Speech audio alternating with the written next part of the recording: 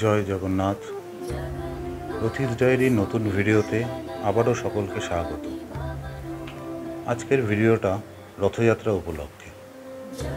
জগন্নাথ, বলরাম ও সুভদ্রা এই তিন ভগবান উপবিষ্ট হয়েছেন তাদের নিজস্ব রথে। জেনে নেব এই তিনটে রথ সম্পর্কে। রথযাত্রা উদযাপিত হয়ে থাকে আষাঢ় মাসের শুক্লপক্ষের দ্বিতীয়া তিথিতে। উক্ত দিনে পুরীর জগন্নাথ মন্দির থেকে গুন্ডিচা মন্দির পর্যন্ত এই রথযাত্রা সম্পন্ন হয়ে থাকে। রথযাত্রার দিনকে অত্যন্ত পবিত্র দিন হিসাবে গণ্য করা হয়, তাই বহু মানুষ যে কোনো শুভ কাজ এই দিনে করতে বিশেষ আগ্রহী হন। দুর্গাপুজোর খুঁটি পুজো এই দিনেই হয়ে থাকে। মনে করা হয় চৈতন্যদেবের মাধ্যমেই উড়িষ্যার রথযাত্রা বাংলায় প্রচলিত এবং পরবর্তীতে প্রসিদ্ধ হয়েছিল। রথ বানানোর কাজ শুরু হয় অক্ষয় তৃতীয়ার দিন থেকে। প্রথমে এবারে আসব বলরামের রথ প্রসঙ্গে। বলরামের রথের নাম তালধ্বজ।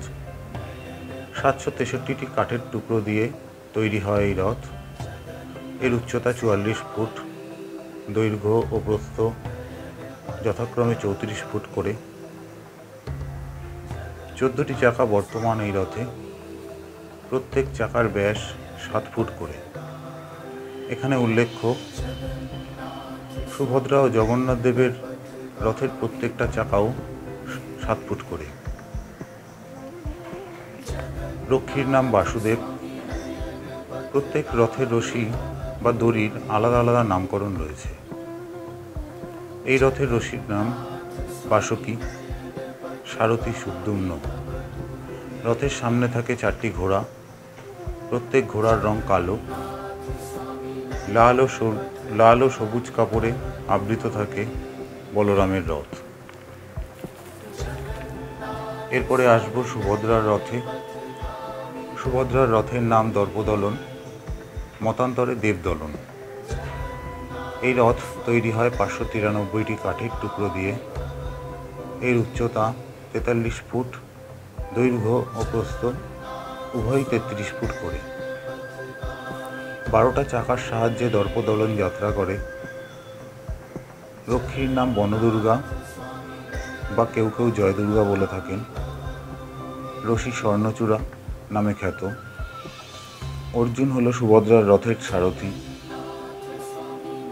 এই রথেও থাকে 4টি ঘোড়া, তবে এর প্রত্যেকটির রং লাল।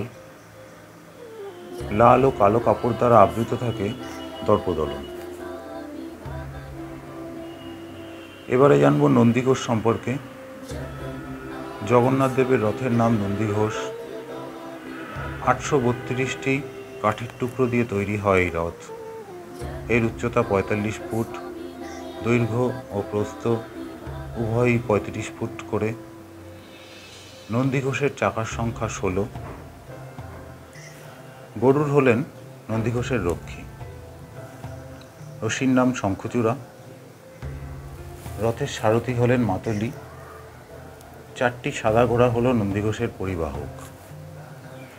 জগন্নাথ দেবের রথ আবৃত থাকে লাল ও হলুদ কাপড় দ্বারা।